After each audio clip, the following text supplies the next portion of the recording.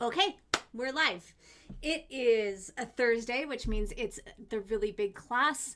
It is May 13th. Is that possible? And I am a little bit less organized, a little more out of sorts than usual because I had to make a video for this class. And lo and behold, it takes time and energy and has put me a little bit behind. So my head is sort of all over the place, but it's very much in the music of our guest composer today, Elena Ruehr, because it was her music that I was recording. So, Elena, welcome to the really big class for violinists. You Thank you. are not a violinist, but you are very welcome anyway. Um, Before I get into sort of asking Elena questions, and I'm going to have her ask me some questions today, I just wanted to recap a little bit about why I'm spending the month of May exploring new music in the really big class. So, when I was a violinist in the Cypress String Quartet, we had the great privilege and joy, really, of getting to know composers and playing the music of living, breathing human beings. And it was all along a great passion of ours to both play the music of Beethoven and Mozart and Schubert and Dvorak and all of them, but also to be part of the commissioning process, bring new music to new audiences, and to do the two things side by side. And I have to say, in the 20 years that we got to do that, um, it was really the highlight of things. I mean, the day that we would receive a new score in the mail or by PDF in our inboxes, it's like, the best birthday or the best Christmas present ever. We would wait for it, and then, there would always be this awkward period of, well, we've gotten the music yet, but we had to have time to learn it before we'd bring it into rehearsal because we really wanted to give it our best. But we always secretly wanted to just sit down and bash through something immediately. Um, Another great thing we got to do as part of commissioning, premiering new works is that our composers would often be around while we were rehearsing the music of the old guys. And it was just such an amazing experience to hear, sometimes very quietly piped in from the other room, you could do that again. Or maybe that could go a little faster. Sometimes there would be little comments like that off from the side, but more often than not, we would solicit comments from our guest composers and ask for feedback, because who better to tell us how something's coming across than someone who struggles with getting those dots on the page in the first place. So it was that experience that made me want to really sort of bring new music to the really big class. And I think this is going to be the last hurrah of the class, at least for now. And I wanted to finish with this sort of festival of new music in May. So, with that in mind, I've invited guest composers and violinists who work with them to bring their ideas and thoughts to the class. And today I get to bring my very dear friend, Elena Ruehr, who has written music for me, written music for the quartet I was in. I've worked with her producing albums of other people playing. And so, Elena, welcome to my class. Thank you. I'm excited to be here. Um, as this is a little bit of a different format, we're not going to necessarily talk about how to best play the violin or how to get something across better on the violin. I thought we could start we're going to ask each other some questions. So when I'm hosting myself, it's a little bit awkward for me to ask myself questions. So I've asked Elena to come up with a few things to ask me, and I have a few things to ask her. Who should go first? I'll go first. Okay. What I want to ask you, Cecily, is what's the first piece you ever maybe commissioned or just premiered with a composer working together? And how old were you and where were you and what were you doing? And now I'm asking you a hard question. You are asking, well, okay, so it's an easy question to answer in the context of my work with the Cypress, because I remember it vividly. It was in 1999, it was Dan Coleman, and it was his Quartetto Ricercar, which was the first piece that we raised the money for. We commissioned, we programmed, we recorded, we did the whole, start to finish with Dan Coleman. And that was just I mean, I can actually pull it up in my head. I remember sitting down and playing the first movement of this incredible work to him. We were all about the same age. He had gone to school to Juilliard with our cellist, and he wrote us this absolutely visceral movement to start a rather big work. And the first movement was called Fierce and Obsessed, and it started with this rip into the violin. It was yada. And I'll just never forget that moment of playing that to him for the very first time. Before that, I remember in high school, I went to the Interlochen Arts Academy, a boarding arts school, and some of my good friends were composers. One of them wrote a piece for, and this is such a like boarding school thing. We used to, we would goof off at the dinner table, and he wrote a piece for glasses, and to spin the sound on the glasses, and then we'd imitate it on our instruments. I was probably about 14 when I had that experience. We took a trip. Somehow I got myself invited along with the composition department, even though I wasn't a composer. We went to Chicago and heard some really weird experimental stuff in a concert in Chicago. I have no idea who the composers were, but so those are some of the early things. All right. Is it your turn to ask me? I think it's my turn. All right.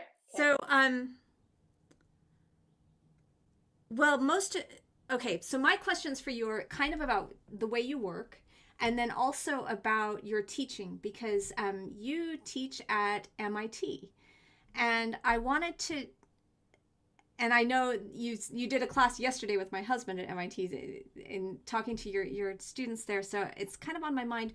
What is it like to teach sort of non-composers about composition? Well, that's a big question. So my students are mostly like physics majors, math majors, engineers, stuff like that, and they're mostly undergraduates. And I teach them how to compose. One of the classes I teach is how to compose string quartets in the style of Mozart, Beethoven, early Beethoven. And the only requirement to get in the class is that they can read music. And because they're scientists, they pick it up really fast, and they often tell me that it's like so much easier than chemical engineering, but it's very similar, because you in chemical engineering you take molecules and you kind of see how they fit together in this kind of way, and in music you kind of see how notes fit together, and they pick it up really quick. They're a little bit, because they're not musicians, they're a little bit slower on how to make it musical in a really fluid, easy way. They can make it very, very precisely nice, right? But to get past the Salieri and to the Mozart, which is of course how it's difficult for anybody, but to get past that is the real challenge in teaching those kids, and trying to get them to just sort of spark their imaginations and jump out of the box of the rules and into the world of expression. Cool. Your turn. My turn. Okay, Cecily. I had a couple questions, but this is the one that's the most interesting to me. And so I'm going to ask it, which is, it might be my last question, but it's really interesting to me. Have you ever commissioned a work? Well, okay, there's two more. Okay. Have you ever commissioned a work that you didn't like, and how did you manage to perform it well? And you don't have to name names. I'm just saying, has that ever happened to you? Yes, but yes, didn't like. Could I redefine that? Maybe didn't respond immediately to. Happened twice for me. I mean, it'd be really interesting actually to follow this up with the question to my former colleagues in the Cyprus to see what they say. Because actually we didn't really talk about that. We didn't sit around and say, "Oh, do you like this piece?" Right. But there were two over the course of 20 years that I didn't respond to immediately. One of them I did come to after working very, very hard trying to understand the musical language. I did come to appreciate it. I never enjoyed performing it, but it didn't. Didn't feel right in my hands. It was a very cool piece. Um, but I did struggle with that. And I think the way that I personally dealt with it was just to really try to understand what the composer was going for, because my problem with it was that what I saw on the page didn't align with what I heard. And what I heard the person describing they wanted. The two things kind of didn't mesh for me. So, if you're looking at the musical score as like a map to, or a sort of a, to what you're, hoping to get to eventually, I couldn't find my way from the map. But if I listened to the composer sort of describe and talk and sing and gesture, and then I was more pulled in. So that, for me, it was just kind of a disconnect. Um, the other occasion was kind of different. I never really came around to it. And I felt like, yeah, maybe I'll just leave that there. But there have been other pieces that maybe that I wasn't involved in the commissioning of. There was something that we had to play for a competition that the quartet worked incredibly hard on, by a very famous composer, and really tried to understand how to play it, and thought just, it never sounded good. And it turned out in the end it was a sketch for an orchestral piece.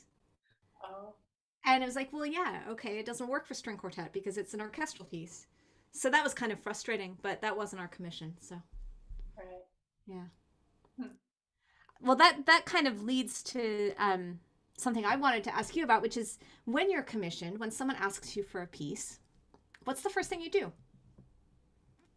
Oh, well, it's very practical. It's like, who's playing? When's the premiere? How long is it going to be? How long do you need it for? What else is being played on the concert? That matters a lot to me. I learned that actually from the Cypress Quartet, when you would commission a new work to go with other works. I always ask what's going to be played on the concert. And sometimes people don't know, but it influences how I think about what I'm going to do. Um, then if I don't know the players already, I do some research and I listen to them. And then often I will talk, especially recently, I will talk to the players and say, do you have any stories that you'd like to tell? I recently did this, it's my seventh string quartet called A Thousand Cranes, and Kim Uwate was the violist, and she said, I want to tell a story about my grandparents who were in an internment camp, a Japanese internment camp. And and and so we had a long conversation about that experience and how it affected their family and what it was about. And and that inspired my imagination, basically. And so that's the next step. And then once I have a story that I want to tell, I try to find a single sound that encapsulates some aspect of the emotional experience. It might just be four notes or a chord, or it might be a little phrase or a rhythm, something like that. In this piece, my seventh quartet, it was the idea of a little girl swinging on a swing set. This is before the bad stuff happens. She's outside playing and she's on a swing set. And I wanted to create that rhythm of a swing. And that was something that I started with. And then that material gets developed by manipulations and turning it upside down and turning it inside out and reorchestrating it. And then that leads to the piece. That's kind of how I work. And I play at the piano first, then I write in pencil, and then I go to the computer, I stick it in the computer, and I push play, and I listen to it, and then I go back to the piano, and then I go, and I go through these cycles. That's how I do it. Do you still put I've I've I'm lucky that I've spent a lot of time with Elena, and I've stayed in her house, and we've vacationed together, and she stayed at my place. We've done a lot of things together outside of playing music, but I remember going into your study and seeing scores all over the walls. Do you still do that? No. Not so I much. mean, I have them all over my work surfaces. Okay. They're everywhere. And I have yeah, I don't put them on the walls. Ah, I'm Yeah. misremembering that. I for some reason I have this picture of you with, like, maybe you had something on the wall behind you at some point. No, I just have them all over the surfaces in the Sort of room. cool. But I'm really into it. Yeah. Right now I'm just sort of doing something simple, so I just have one. I get to ask another question because it's my class, and I'm going to be bossy. Um, you once told me that you always, and you kind of just alluded to it, about having like a little cell or something that fascinates you, that you start to play with and tinker with and pull apart and put to, um, does that tend to be rhythmic? The thing that I always I gravitate to in your music is there's this incredible um, intermingling of dance and song. So you write these beautiful melodies, but they always have like a danciness to them underlying, or maybe it's in the accompaniment, but often just the melody itself has like a lilt or something that goes along, and so you're able to bring the feeling of song and dance together in a really cool way, I think. But these little cells, do they tend to be more on the rhythmic side, or could you quantify that, or It depends on the piece. Sometimes the cells are just pitches, but more often than not, it's an improvisation at the piano where I'm singing and playing, and the playing is sort of percussive and the singing is the song. And that's usually how they kind of come together. Um, I mean, I was a singer-songwriter as a kid, so I used to write pop songs, basically. And I wrote like 60 pop songs, and they weren't that good, and the words were really stupid, but you know, that's my background. And so I still do that. And the rhythm is funny because you can improvise a rhythm, and I often improvise rhythms that are in 7/8 or 5/8 or some kind of weird meter, but it seems like it wants to do that, and so that's what I improvise and that's what I write down. But I often will manipulate those rhythms so that they change meters, and that when the music wants to broaden out, I'll make it a 10/8 bar, and when it wants to collapse a little bit, I'll make it a 4/8 bar, and I try to make a more natural sense of rhythm by kind of playing with it. I don't know if that answers your question, but no, it does. All right, okay. you get to ask one more, and then we're going to go into music. Okay, so the last question I want to ask you has to do with being a performer. And I often have this kind of weird thing that happens to me, which is that I will bring a piece to a performer, which I think is finished, and they will practice it, and then they'll play it for me for the first time, and I'll go, oh, that's not what I expected. And often the performer is like, oh, no, no, I can play it better. But what I want to do is say, no, no, no, I kind of messed up and I want to make it better. And there's this kind of weird disconnect between the performer being offended that I want to change it. And has that ever happened to you? Yes. In fact, when I was practicing your piece today, Elena, I came across a passage that I think you rewrote about 3 times, and I'm pretty sure I still play it the original way. Because how I learned it. Um, and that's just my bad. And it's funny because you made this beautiful edition of Red, the piece you wrote for me, and I still play off of the first version that you sent me because it has all my markings in it from our discussions, and so some of them might be wrong, and I'm sorry if that's the case. Well, I only changed things so that you would be more comfortable, but it sounds like you figured out how to do it, so it's fine. Maybe, maybe not. Um, I will say it took me a long time of having to have the confidence actually to say to a composer, I've worked on this. I don't think it's sounding. I could probably play it better. Someone else could probably play it better. But is there another way that would get the same thing that you want?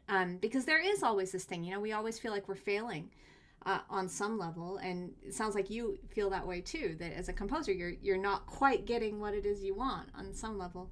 I'll tell you, with the Delgani Quartet with Kim, who you mentioned, I actually encouraged her to ask you about something just like that because she was struggling to get a chord, and I knew that if you heard what she was saying, you would say, "Oh, just play it in a different octave. It's fine," which I think is what we ended up doing in that Yep. recording. So, but it's a hard thing. It's hard, if I could say to Beethoven, "Dude, this is really hard. Is there any other way?"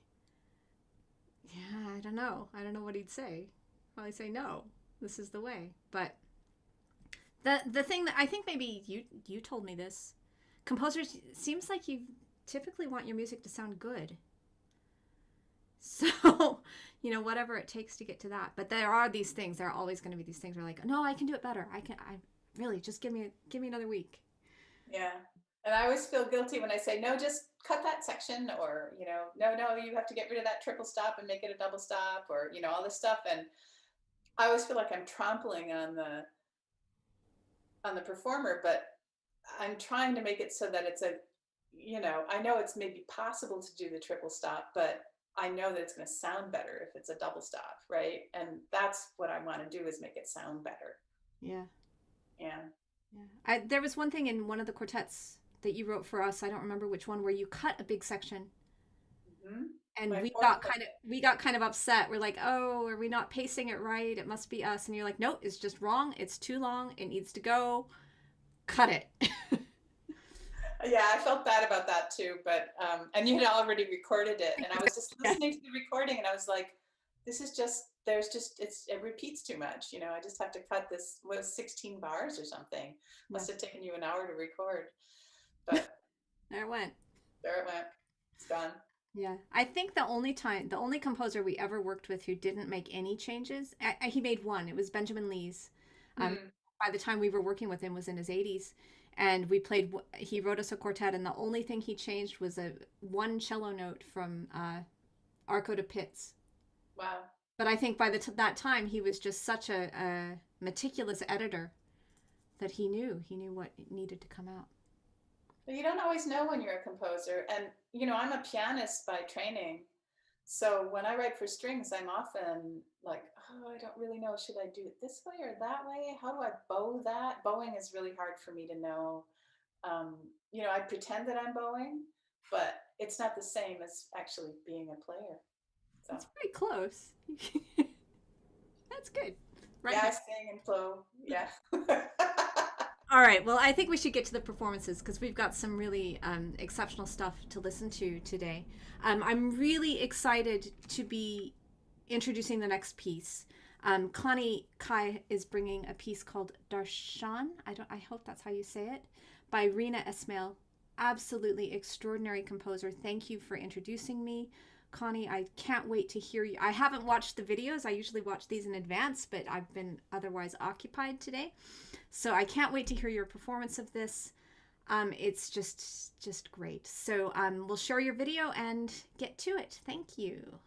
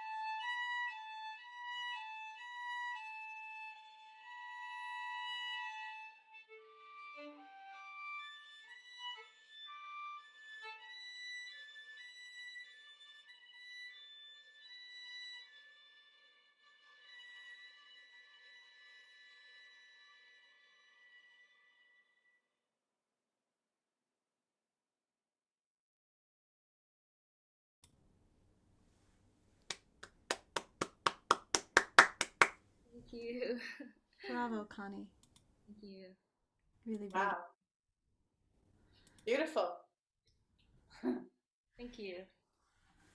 So, with two of us commenting, we have to coordinate our efforts a little bit so we're not trying to talk over each other on Zoom. But Elena, do you want to start with a few ideas and comments?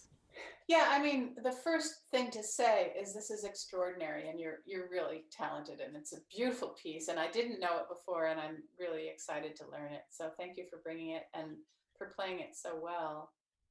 I have like two or three little ideas. I think sometimes the glissandos, you could lean into them a little more. Like, you know how instead of going D, you go D, like a little bit of a push into those glissandos. Mm-hmm. That's what my instinct tells me about that. And then, does that make sense? Yeah. And you can even take more time with them. I think they're so beautiful that I'd like to hear, an exaggerated glissando. And Cecily, you can disagree with me, but I would like that. I also think that, let's see, I'm just scrolling through the score here up on my screen, so let me just look through this.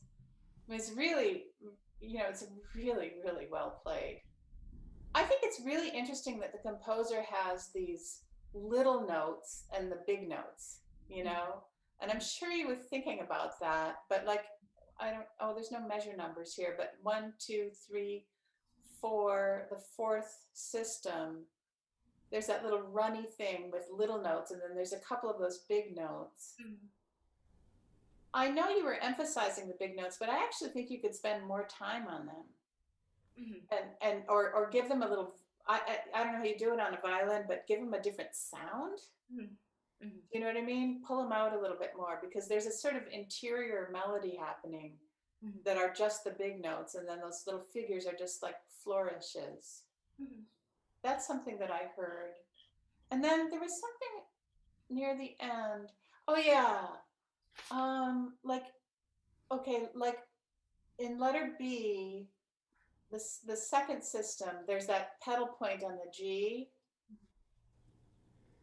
And you were totally playing it, piano and then mezzo piano, and then you were getting louder.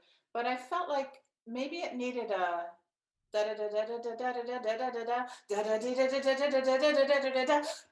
it might have needed a little breath in it, so that you got this sense that it was a sequence and it was getting bigger and bigger. I felt like that could have been emphasized. And there was one other thing. Let me see where it was. Is this useful? Yeah, for sure. Yeah, absolutely. Oh, I know what it was. It was the ending, which is there were two things. Okay, so for me in this piece, there's a huge difference between B flat and B natural. And whenever the B natural comes, it's sort of brighter. And so I don't know, the first time we really hear a big B natural, I'm not sure where it is, because I'm just... Letter B. Letter B, okay. Yeah, I feel like, whatever you can do to say, I'm, brighter. I'm maybe a little more vibrato, maybe a little bit more, just something to say, I'm be natural. And I'm telling you that I'm be natural, more intentional on that be natural. Because it's this little bright kind of shiny thing in a kind of dark world. And then the ending in letter F, you have this harmonic stuff. If you're going to pull it off, it sort of floats away, right? It's like a fade out. Yeah. You kind of want to make sure you don't fade out too soon. Okay. Yeah, I think that you want to save some energy. Maybe it's tempo, maybe it's sound, maybe it's dynamics, but somehow save your energy so that the last time really feels like it's the last time. And it doesn't feel like a coda exactly, you know what I mean? Yeah. But really, really beautiful. Those are my general impressions. Cecily, do you want to say anything? Yes, absolutely. I feel like what my initial reaction when you said you wanted to play this piece, and I went and I found VJ's extraordinary recording of it on YouTube. This was written for Vijay Gupta, and he's got an absolutely wonderful YouTube video of it. I think what drew me to it, and possibly Connie, what drew you to want to play it, I'd like to know why you chose it, but is sort of this feeling of my impression is that it has like this deep sort of sorrow to it, like it's got a deeply sorrowful feeling to it, but then it has these moments of extraordinary flight that also come out of that. And I just yesterday got a hold of the score for myself, and I will not try to demonstrate. I promise I won't inflict that on you. But I wanted to get my hands on it a little bit to see what it felt like to play, because it's also sort of taking the idea of a raga, right, and putting it onto the violin. And for those of you who, I felt like I couldn't really share the score, like I often share scores, but a living composer deserves to have her music purchased. So if you like it, buy her part. It's really cool how she's written it out. And Elena was sort of alluding to this, that some of the notes are written in absolutely traditional Western notation. Bar one, you've got a half note, you've got 4 16th notes at the end, except they're not barred like regular 16th notes, right? They've got this thing where the barring, it squishes together at the top and then it opens out. Which, okay, what does that mean? it's not 4/16 notes is what it means, right? I mean, it is, but are they really truly supposed to be divided into equal space? Probably not. And does that mean you kind of speed up or slow down? I'm not sure. But all of these motion, the sort of the flights of fancy have these sort of very expressive rhythmic barrings. Like, you know, when you look at 4/16 notes, there's nothing expressive about two, you know, I don't, what do you call them, Elena? Just the bars that connect your stems together. Beams. Your beams. I mean, just when you have two equal beams, there's nothing expressive about that. But when they start out smooshed together and then they open out, that has a feeling to it.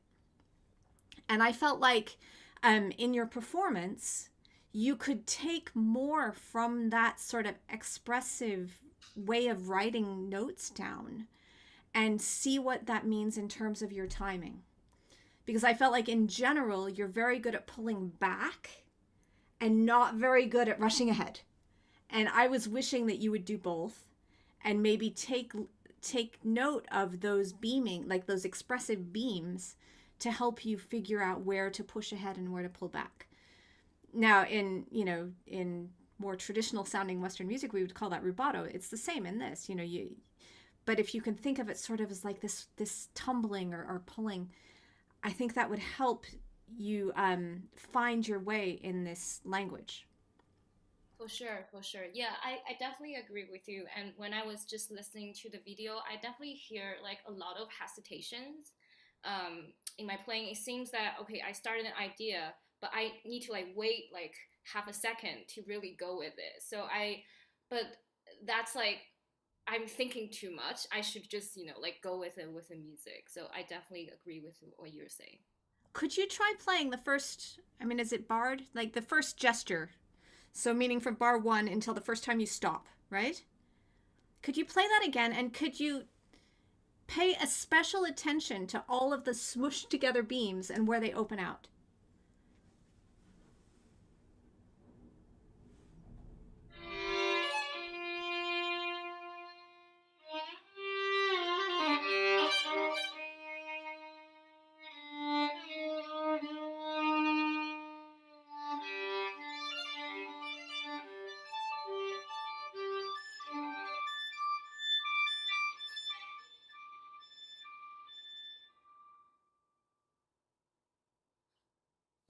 Cool.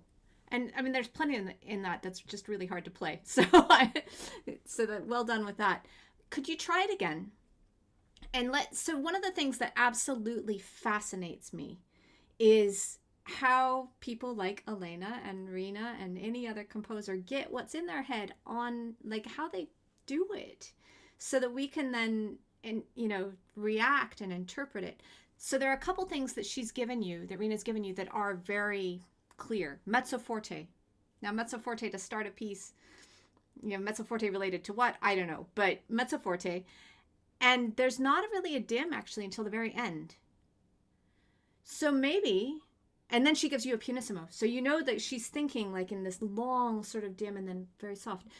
Could you try playing fuller and explore the sound world in a sort of more rich way at the start of it?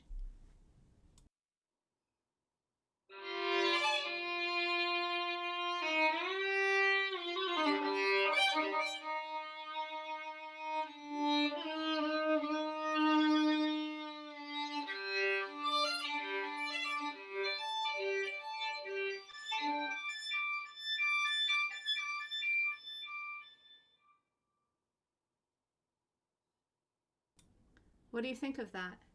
I think I like it a lot. Yeah, like it kind of has an energy and it continues until that, like last diminuendo. Right. And then when you go on, she's given you a pianissimo and a ponticello, and you can make a totally new sound. So I promise that one of the things we'll be talking about today is this feeling of kind of written out improvisation, which this feels like to me. The Bach that we're going to move on to also feels like to me. So I wanted to actually get Elena's take on that. Like, how do you decide to notate this improvisatory feel? But I think part of, at least my reaction, and I haven't spent time with this piece, myself, but is that if you start from a place a little bit more full-bodied, then when you start, so you as the performer start to improvise, even though you're not improvising the notes, you're improvising the sounds and the timings and the space between the sounds. That's our world of improvisation, right? That if you start from a place that's a little bit more sort of I'm not even going to try to play that chord, but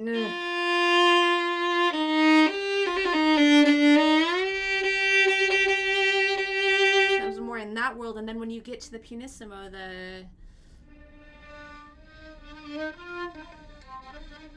you can make a completely different sound, something that you've never made before in your life. So new, right? I don't know. Elena, do you want to jump in? Yeah, I mean, I would tell you just from the point of view of a composer, when I'm writing, especially a piece, I mean, I haven't written something, I don't know if I've written something that's beautiful. It's very beautiful, but if I was going to sit down and improvise this piece, I would start by listening to the silence around me for a good minute, you know, and just getting the sound of silence, and then putting that sound into the silence, you know. And I don't know if that makes any sense, but I think it's me and Cecily and I are sort of saying the same thing, that the first sound needs to be this really rich, beautiful thing that comes out of silence. I don't know. Does that help? Yeah. Yeah.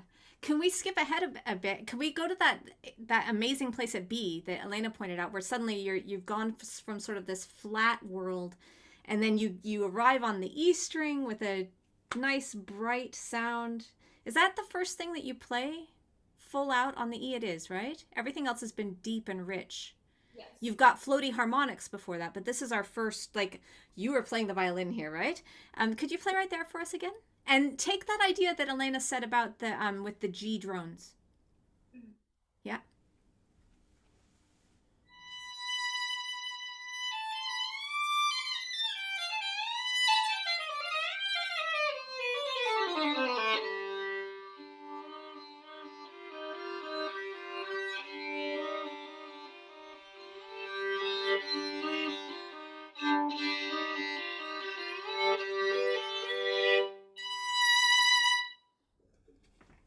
Good. This is gonna be scary, but let's try. So I think what Elena was talking about with this,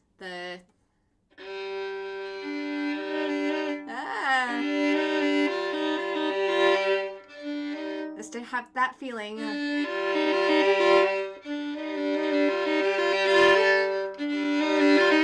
I can't play it, but so that you can kind of then launch off of that. That was terrible, but that you have dee da dee, da da da da da da dum, da dee da dee. Can you try just right there?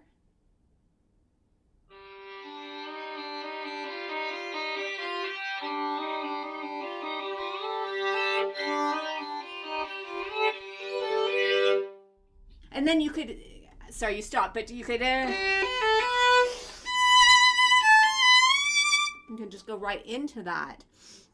And that would give you a different kind of sweep. Do you agree that this is the high point of the piece? I think. Or is it the next one? You kind of do this 3 times, yeah? Yeah.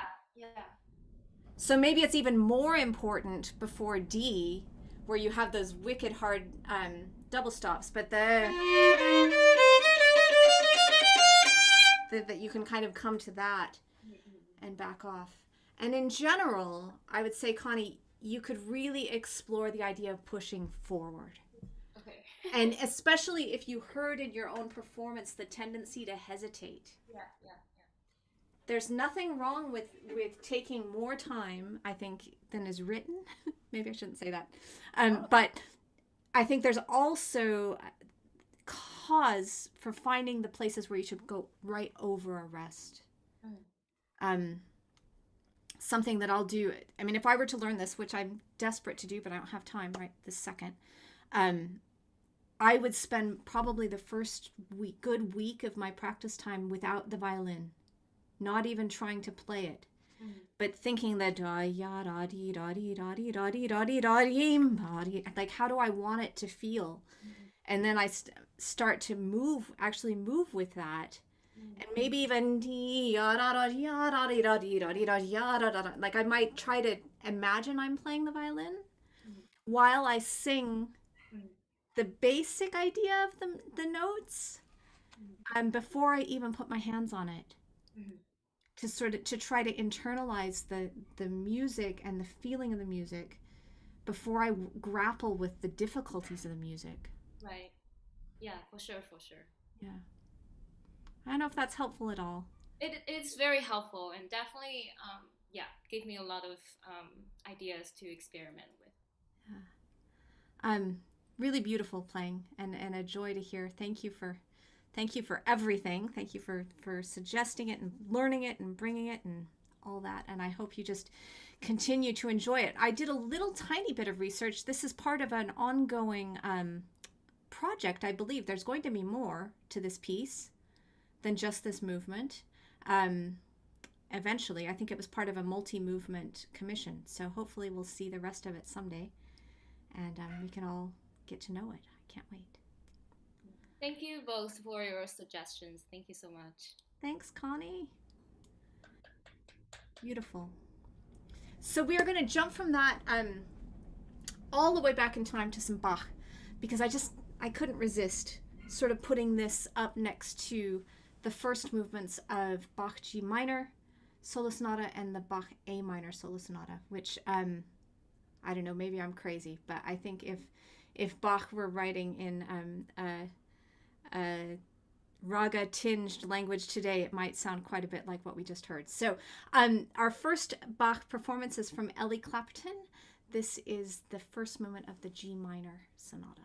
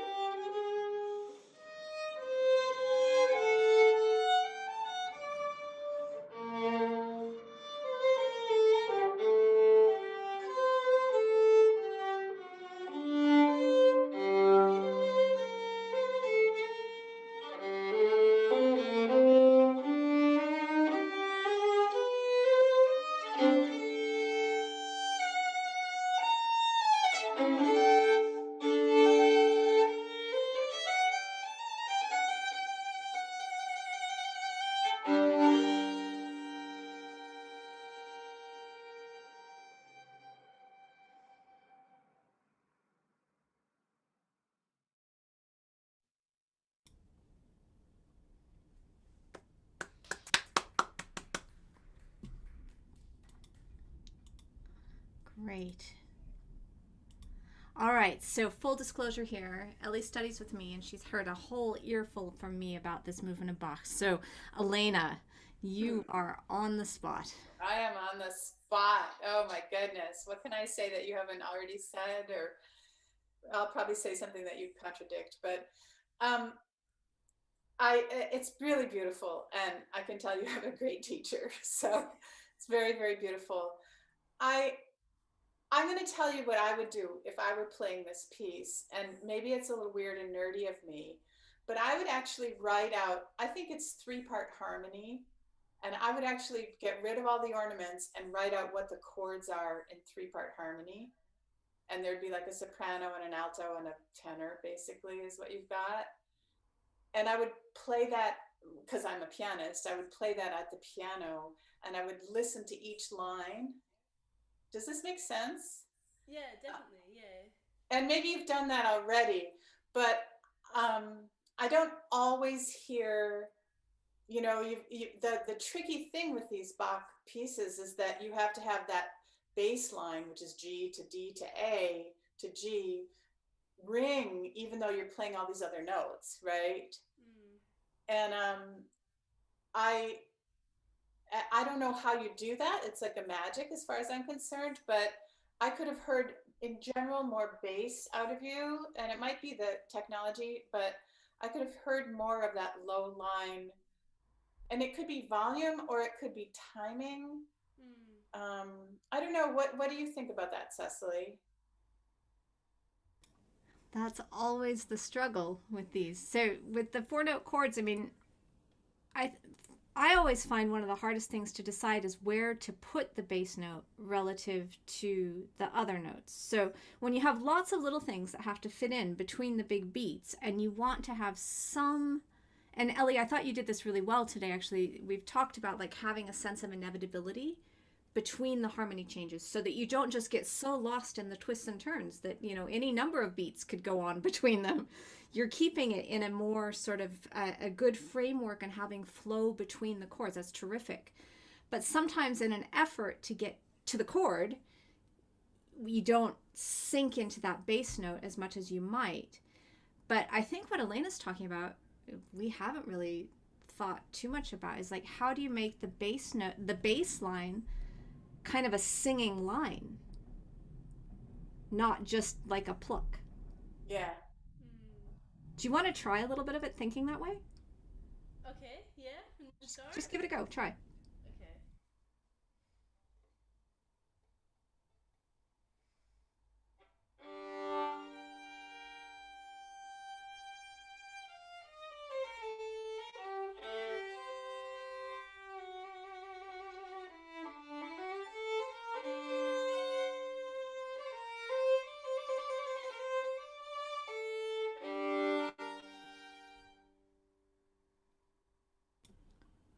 Is that kind of what you meant?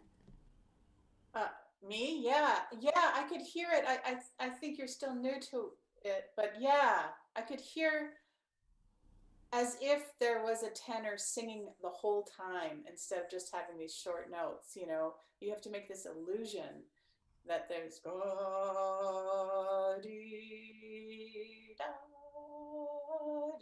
like that. That's actually there, like a pedal tone, and it's an illusion. But yeah, that was closer to what I think about when I listen to these pieces. So I said this wasn't going to be a violin class, but on a technical level of how to get that to happen, what can you think of that you could do with your bow to get that bass note to sing longer, even after you've stopped playing it? Maybe just like approaching the chord with a bit of a slower bow. I feel like sometimes especially if there's a run leading up to a difficult chord, I kind of just like fall into the chord or crash into it because I'm thinking like, So maybe it's just like preparing it a bit better or quicker. Preparing it more in advance is always helpful.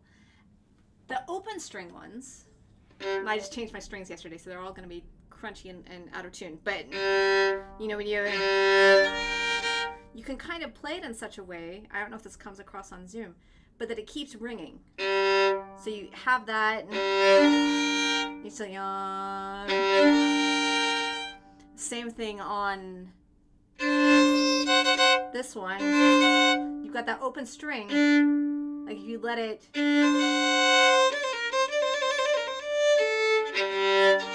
still ringing, still ringing, still ringing, right?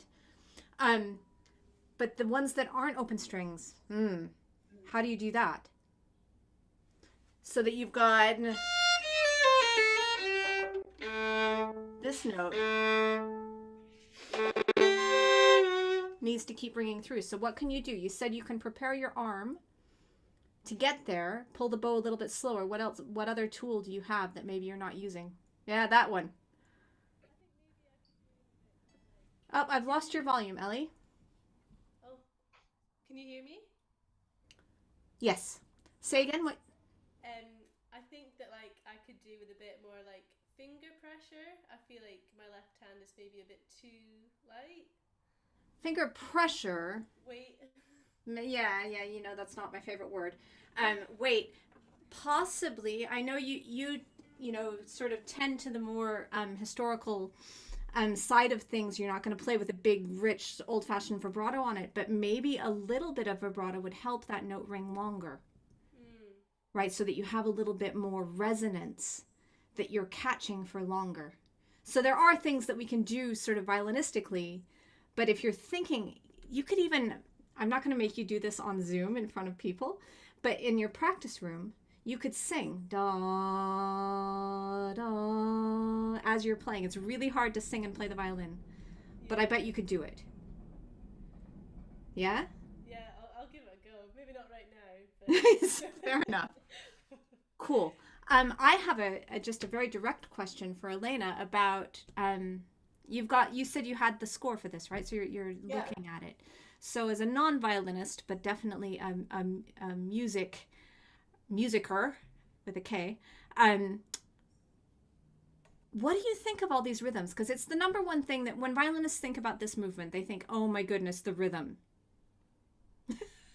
To me, it looks so much like the first piece we heard, in the sense that all of those little flourishes in the 32nd notes and the 64th notes, or however you call them in England, I can't remember, but it's semi, demi, super quavers, whatever they are. They should be free, I think. They're ornaments within. The way I look at it is that it's a harmonic framework. Like I said, you know, it's a quarter, it's a half note chord and a half note chord and a half note chord and a half note chord, maybe with a pickup, right? And all that stuff in between is filigree. And if I were Bach, I would have to write it down somehow. So I'd write it, you know, a bunch of 16th notes and whatever, but it's filigree. So it could be freer. It could be, that's what I think. It can be kind of as free as you want. It's fast, but it's free. It's filigree. Is that the answer you're looking for, Cecily? I'm not looking for a specific answer. I just am wondering. So, like, if we look ahead, Ellie, would you mind playing the place around after the big chord? So it's bar 13 that I'm kind of looking at. What letter number is that? Oh, yeah. You'll hear where it is. Okay. Could you play after the chord? Okay.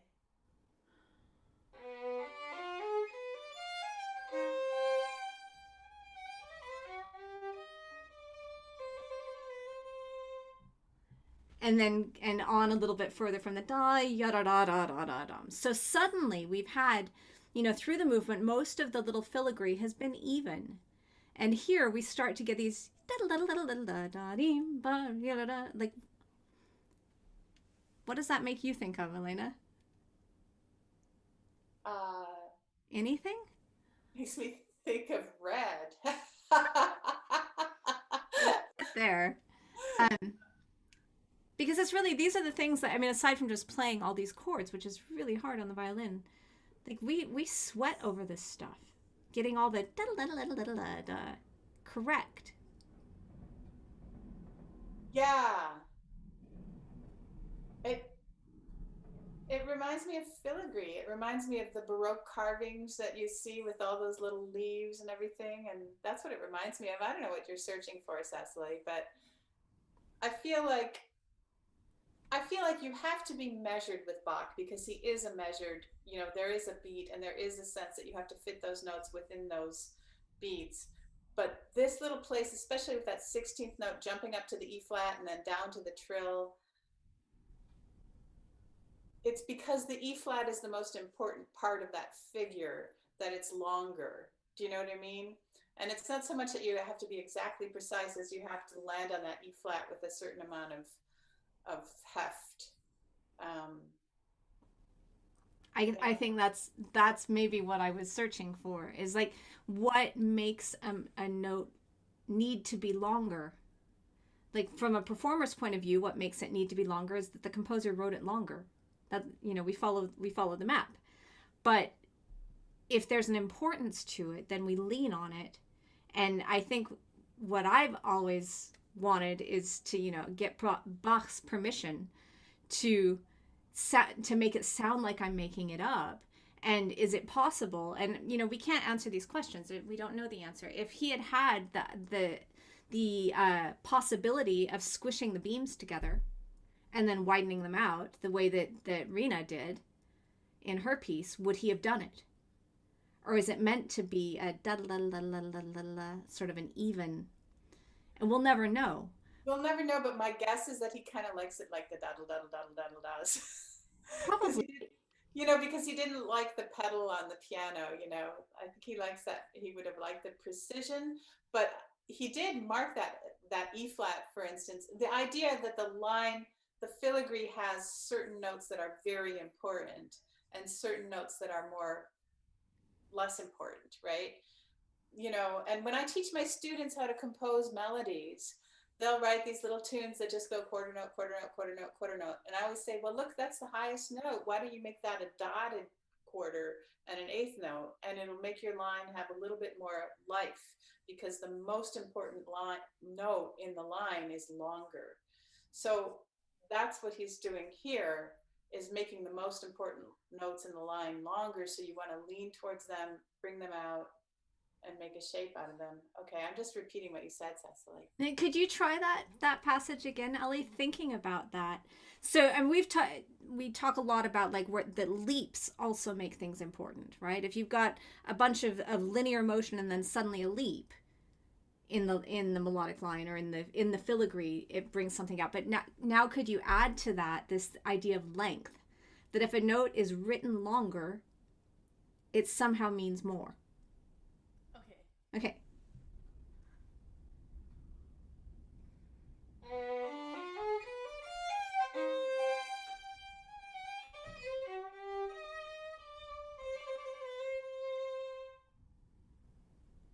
Could you try it again? Okay.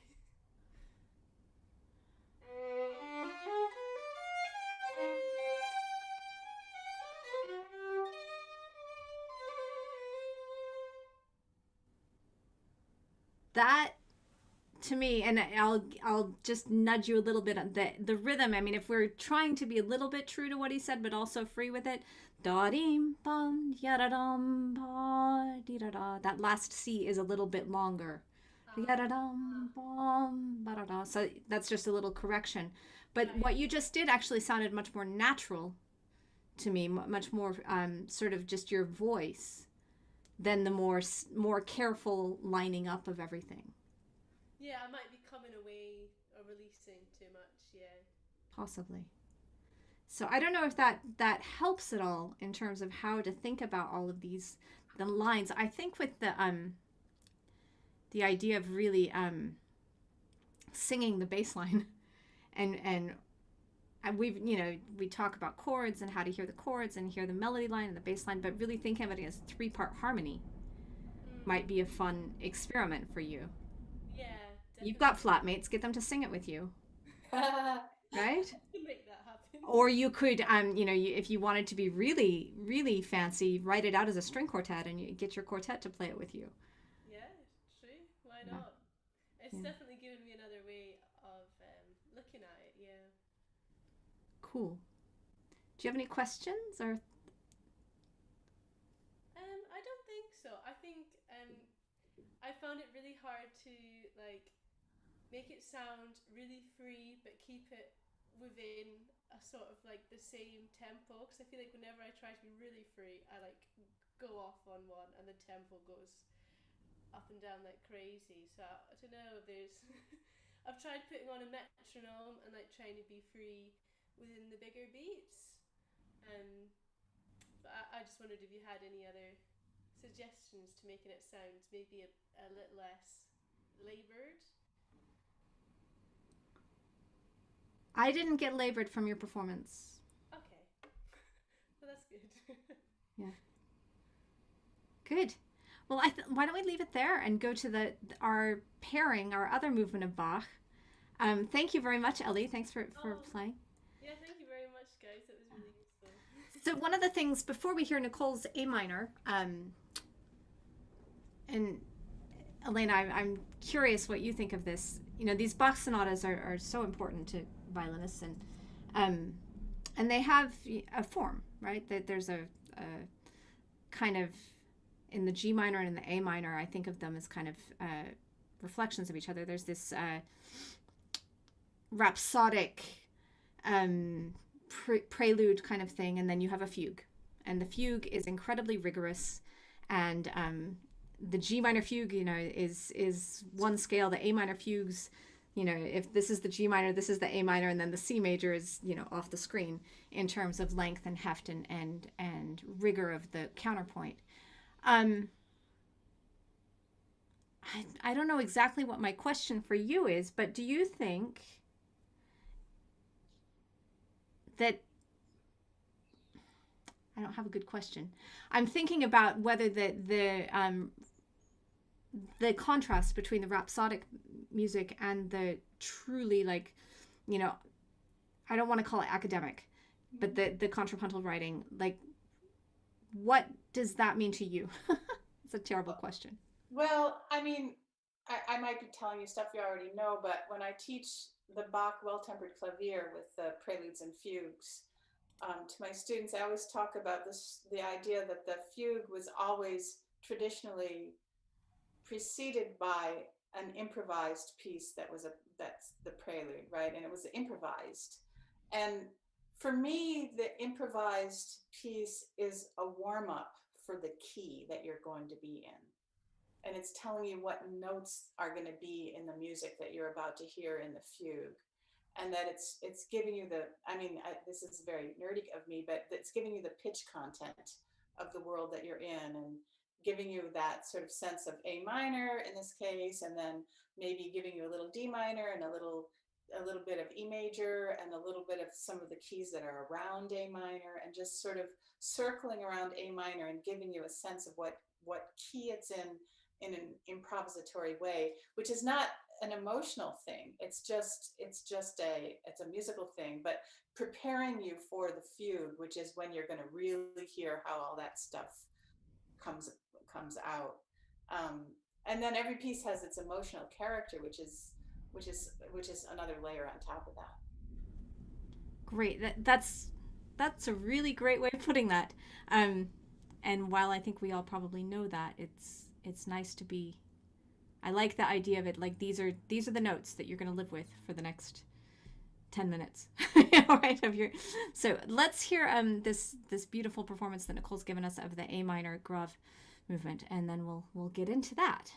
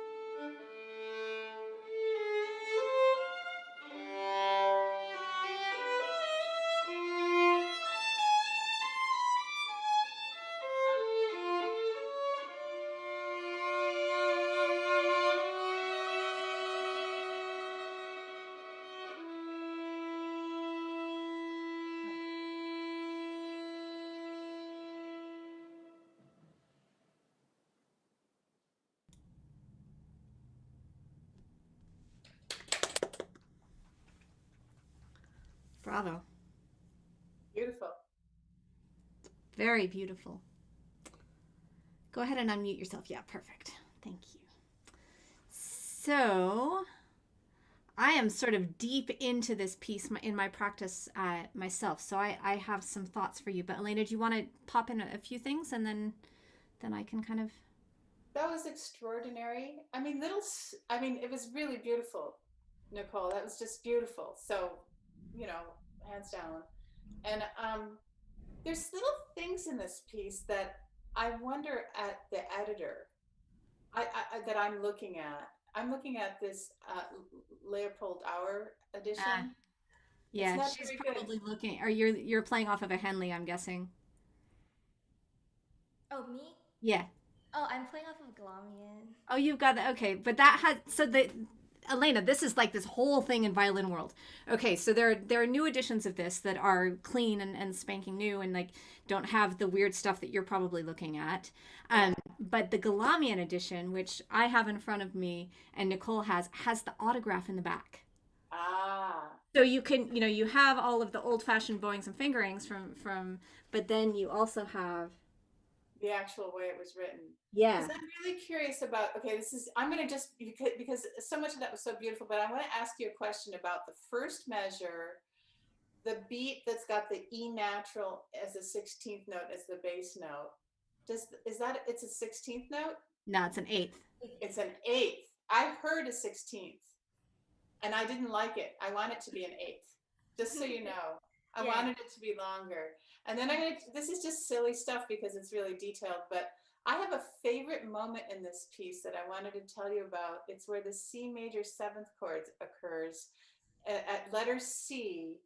In the second half, you get that chord with a C on the bottom and a B and an E. And I love that B natural because it's a seventh.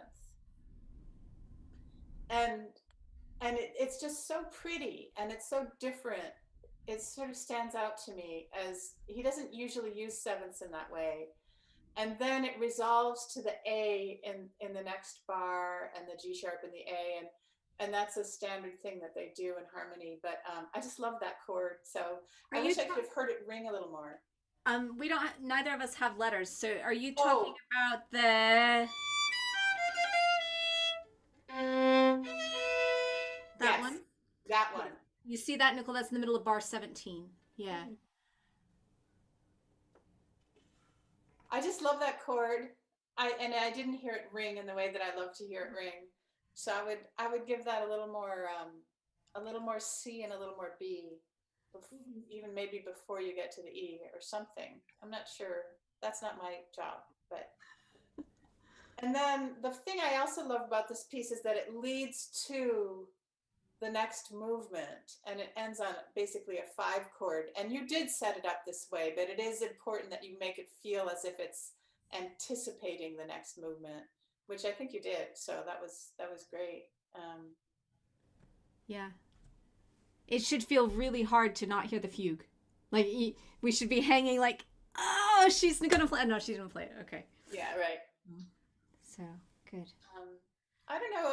I'd be curious what you have to say, Cecily, because yeah. So Nicole, I've been practicing this movement a lot recently. It's not gonna sound like it, but hopefully it'll be clear. My thoughts about it. I might be going too far. And this is a question that I've been asking myself in the past few days about the way, like the direction I'm going in. And it's very possible that I'm taking it over the point of what works. But I think it's really important in our practice that we do that, whether it's with dynamics or phrasing or color or pacing. Like it's important to find that edge. Jump over it a few times, be comfortable with going over the edge, and then maybe backing off a little bit to find sort of the sweet spot.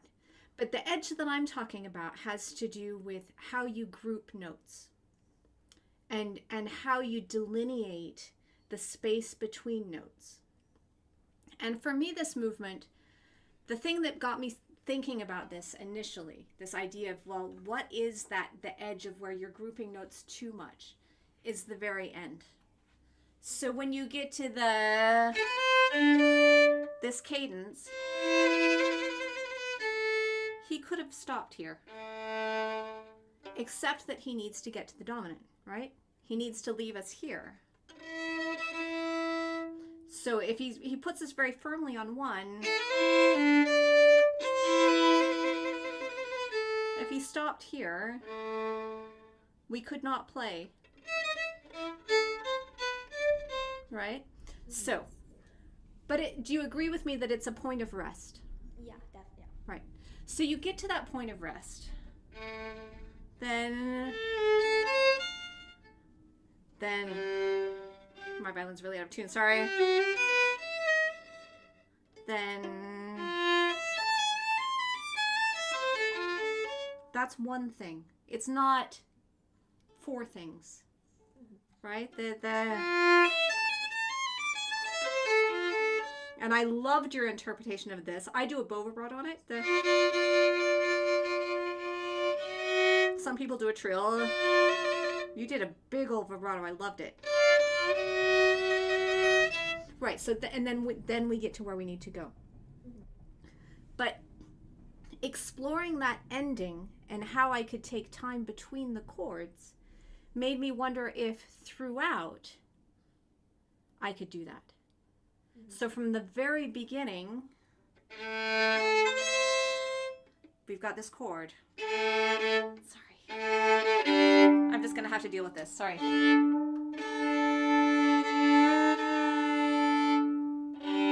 New strings. All right. You've got your chord. Stop. Then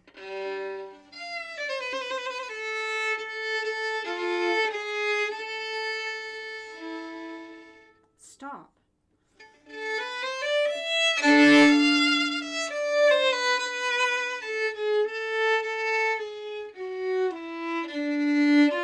There's no stop, right?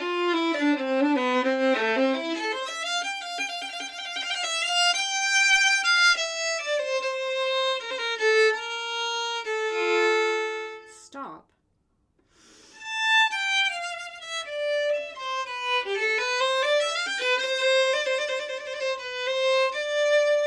Then maybe, see what I'm saying? So I think I'm probably going too far, but that you find the gestures and the curves and the spaces between things and exaggerate them until you break them. And then when you've broken the phrase, you know you've gone too far. So could you try from the beginning? And don't imitate what I did. Do it your own way. but find the lines. And when you find a place that feels like a point of rest, rest. And then go on. Can you try that?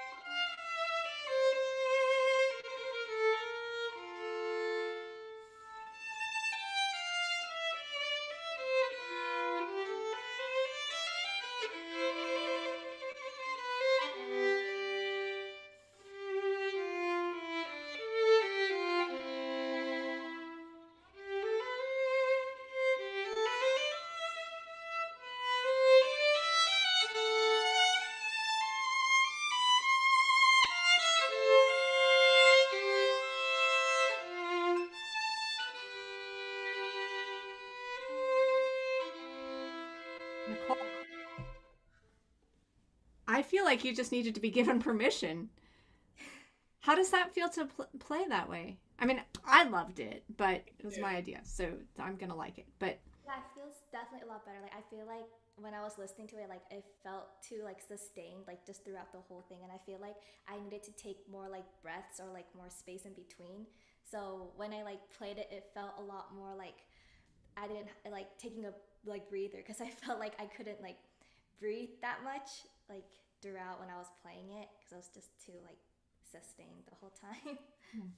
well, that was really beautiful. So then, that's step one: finding the points of rest and what you want to do with them. Like some of them you want to like what you just got to. That C major chord, like that feels really like a point of security, right? So then you can start going through, and you're doing this intuitively because you're a good violinist and a good musician. But then you can start to really color the chords on purpose so that your A minor chord has, I mean, you can even go through and you know, you can give yourself a word or a color or a smiley face or what, you know, whatever makes sense to you, but that A minor has one feeling when you play that first opening chord, which is going to be different than the, even though you only have a double stop, but that has a different color in D minor. Tension, right? Giving that tension. And then the E that Elena pointed out ends up being a little bit of a release. Tension. So that, you know, the rests are not, the points of rest or relaxation isn't the right word, but repose, maybe that kind of rest. They're not all equal. And that's when the violin playing gets kind of into it, because then you can decide things like how much bow you're going to use, what part of the bow. Not every chord, your teacher Ian Swenson, who is online here, taught me this. Not every chord has to start at the frog, right? You can start them in different places of the bow, and you can use different amounts of bow and different weights and different, you can flatten your hair. I like to really flatten my hair out for like a, if you have a nice flat hair and sort of weight from your upper arm, has a very different sound than, right? Yeah. You can get super, and again, like thinking about, you were very thoughtful when because I had thrown out this idea of improvisation, and Nicole wrote to me, Elena, and said, am I going to have to improvise? I'm kind of excited about that and kind of terrified.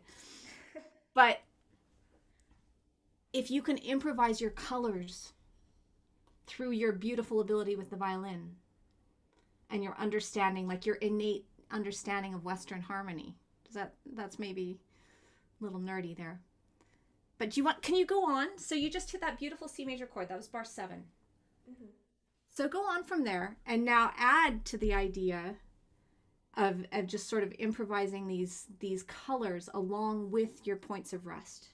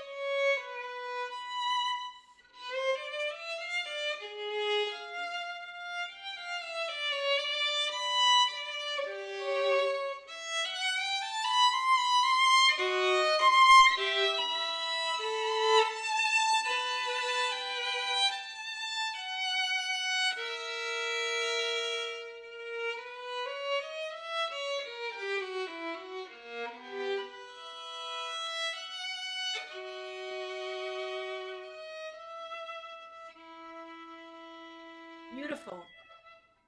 That's really good. And you're so quick that I'm just going to keep throwing things at you. So now you've got the idea of sort of points of repose. You've got different colors. You're exploring different parts of the bow.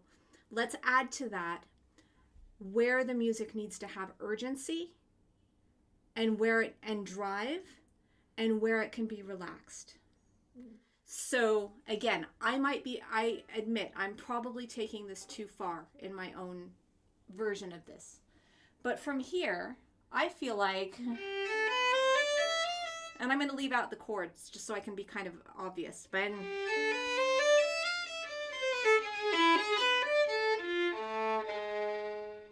right, that can all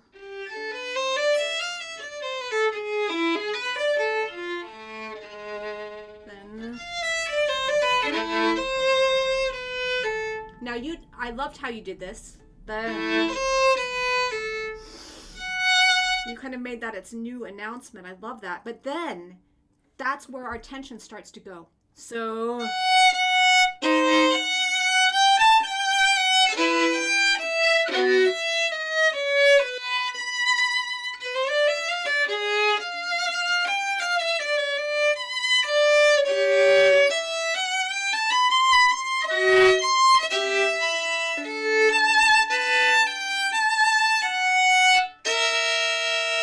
there, where not only do we have a tritone, we play it with an open E because we have to, and it sounds awesome.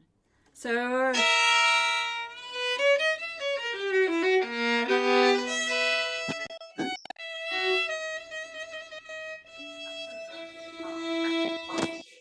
all of that kind of falls together. Muted. Mark, can you do that for me, please? Thank you. Does that make sense to you? Yeah. Yeah. So all of that sort of spins out of control off of the tension of the harmony. And you can do that with pacing and urgency. Then, I mean, again, probably too much, but stop. Then we're lost.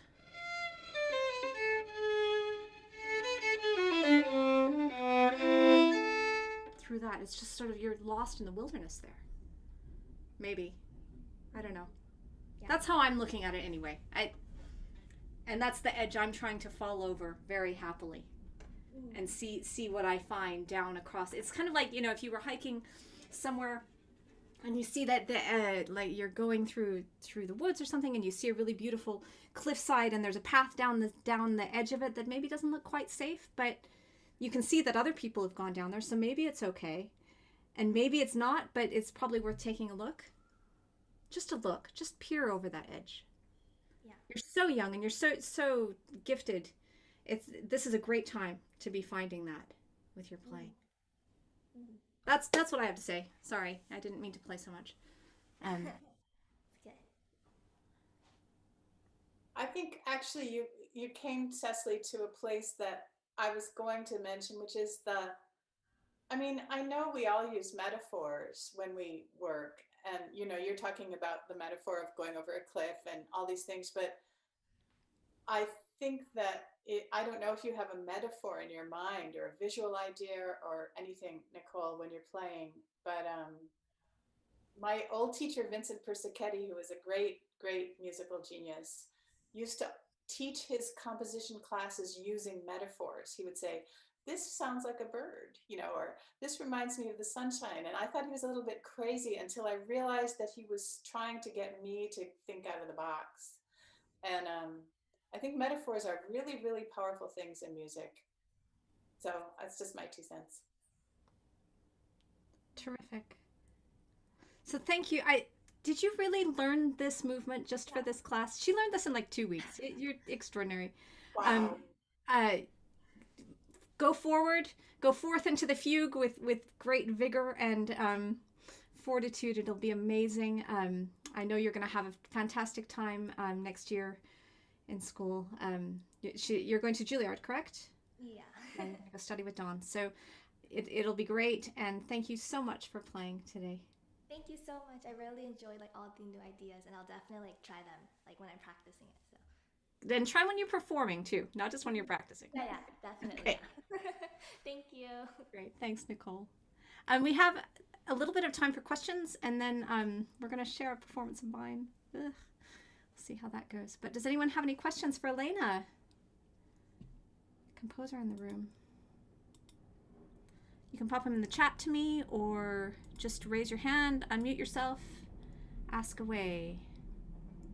No one? Really? Okay. Well, that's... Oh, there, Connie. I knew Connie would have a question. Good. Yeah, because I'm also exploring composing at the moment, and I find that it's very challenging, but it's also a very rewarding experience. So I'm wondering, like, from your perspective, like, how do you grow, like, as a composer? Like, do you look for, like, new ideas, new things to try? Like, how do you kind of push yourself, like, to experiment? Oh, there's so many answers to that question. I mean, let's see, if I think back when I was young and starting out, I'm a much faster composer than I used to be. I was very interested in metaphor, as I tell you.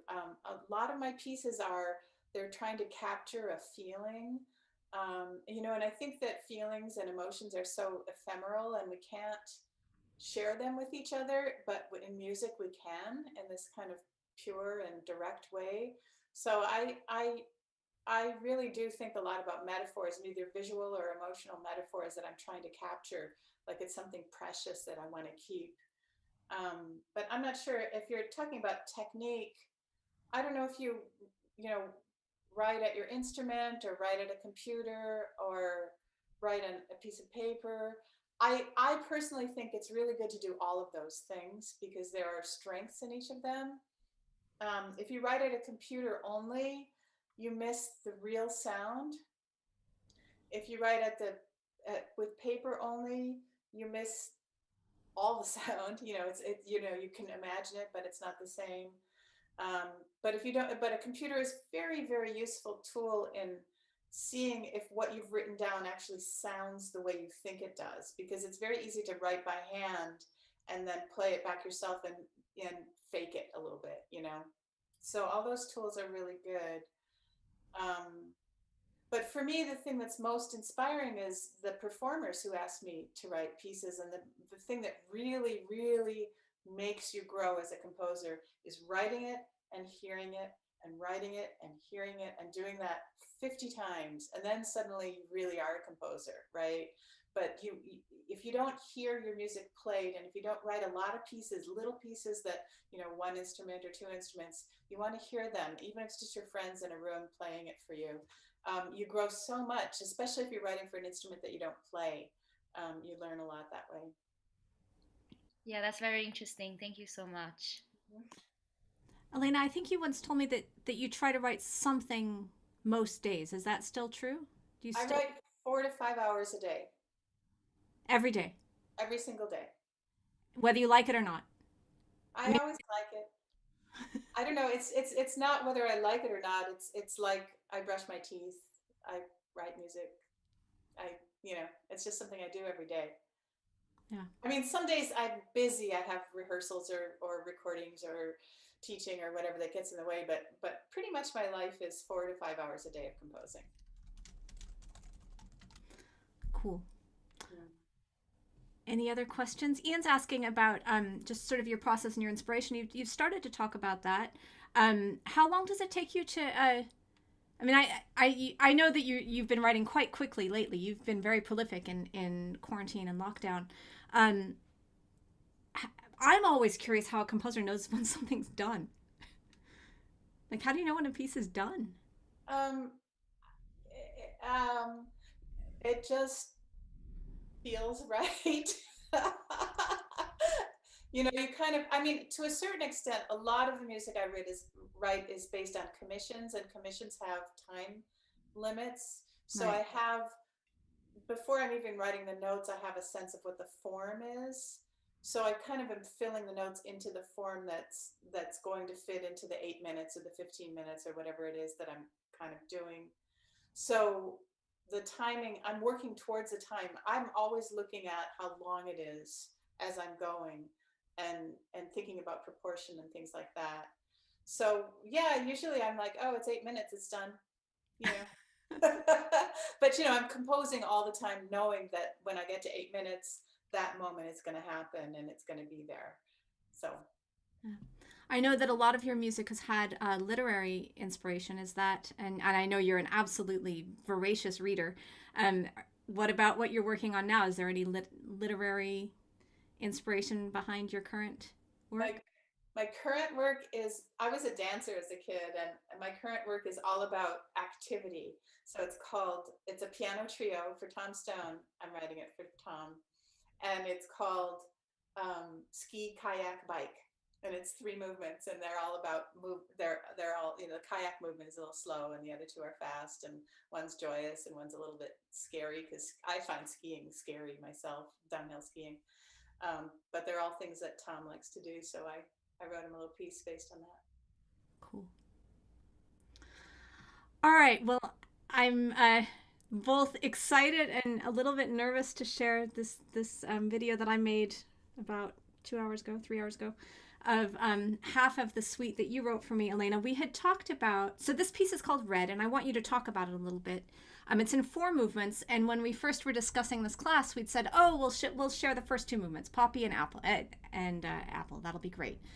But as I was playing it today, I was like, you know what? I want to share Bird. And so the third movement's called Bird, and the last movement's called Boots. And I was in a bird mood today. I don't know what that means about me, but so those are the 2 movements that I'm going to share. Could you tell our audience a little bit about Red? So Red was written specifically for Cecily, and Cecily, I was trying to come up with an idea, and this is an example. I talk to my performers and I get ideas from them, and she was telling me that she was in, I think, San Antonio, Texas, right? And you got a pair of red cowgirl boots. That's what I remember. And you were excited because they were really cool. And I was like, oh, Boots, I'm going to write you a piece called Boots. And so I wrote Boots. I think I might have written Boots first. But then I was like, I'm going to write a 4 movement piece, and each one of them is going to be something red. So there's a red poppy, a red apple, a red bird, and red boots. And that's how it ends.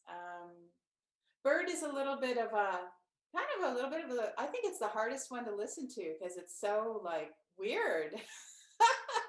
It's kind of weird, and it's sort of circular, but Cecily had a little bird named Minnie, right?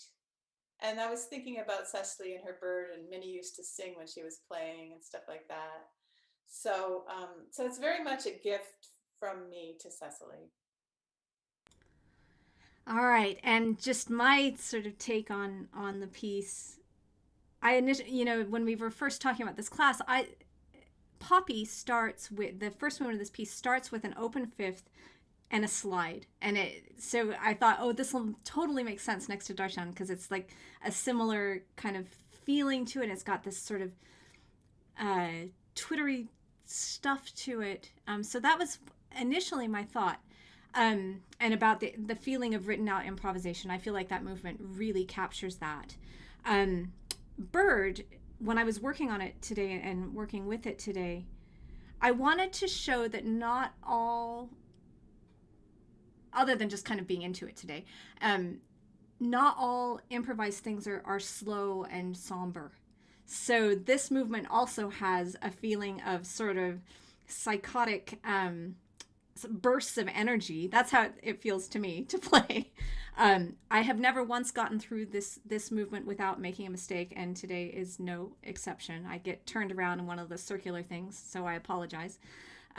It's not too bad, but so I really wanted to kind of bring that aspect of feeling to us today. So I hope you enjoy this. Yeah, here it is.